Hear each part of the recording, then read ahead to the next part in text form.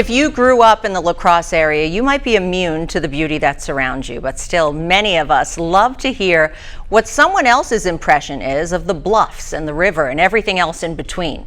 Tonight we introduce you to a Florida man who decided to mark his retirement with a lengthy bike ride that just so happened to bring him all the way to La Crosse.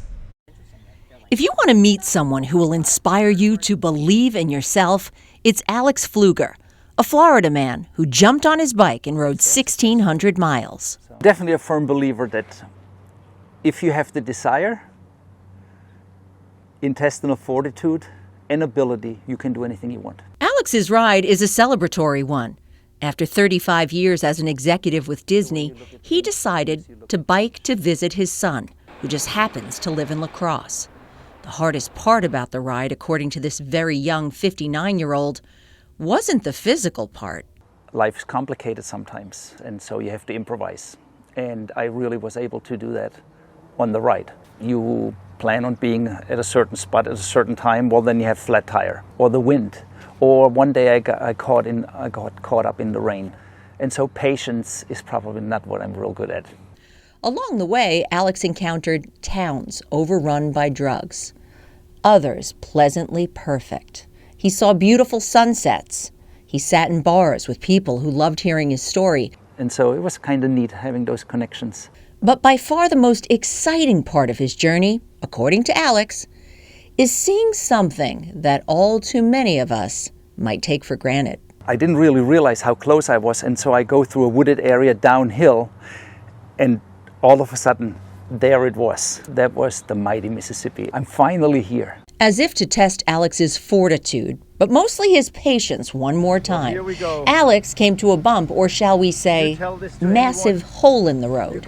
I stopped for a cup of coffee in DeSoto in a little gas station, and the road was closed. There was a local in there. He said, "Why don't you throw your bike and your trailer in the back of the truck, and I take you up the hill, and then you can ride down the other side, and then you hook up with..." I said, no.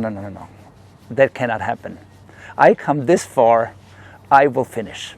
And next thing you know, they're coming with straps and rigging. I undo the trailer from the bike, and they rig it up. And he said, "Oh, we lifted with the crane and we lifted across." And so, and I think they were as much as excited as I was.